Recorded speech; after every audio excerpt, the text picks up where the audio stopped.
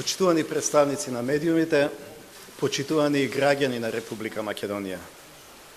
На 12 април донесов одлука за помилување, ослободување од гонење без проведување на постапка за поголем број лица согласно Уставот и Законот за помилување. Одлука за која како тогаш, така и сега, сметам дека е донесов исклучиво во интерес на државата и на граѓаните на Република Македонија. Многумина, за жал, не ја разбра ова идеја или можеби не сакаа да ја разберат. Дебатите и во домашната и во меѓународната јавност отидоа во друг правец.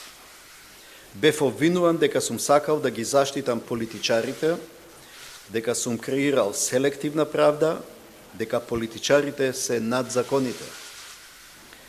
Најсовесно изјавувам дека немав таква намера. За разлика од 12 април, денес имаме нова реалност во Македонија.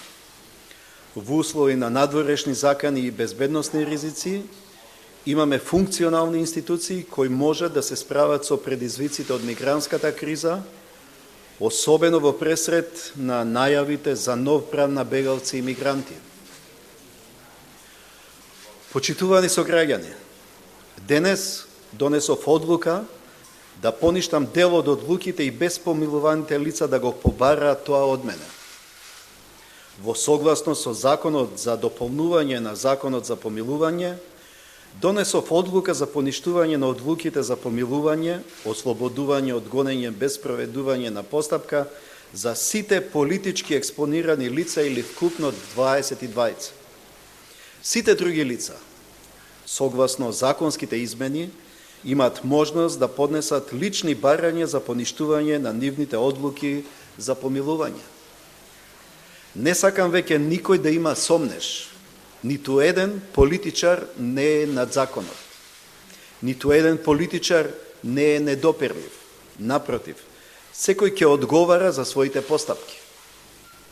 Сакам да потенцирам дека искрено верував и се уште верувам дека одлуката за помилување беше најдобрата можност за излез од политичката криза. Убеден сум дека без враќање на меѓусебната доверба и без помирување, во која било форма, ова криза ќе трае уште долго. Што не е од интерес ниту за граѓаните, ниту за државата.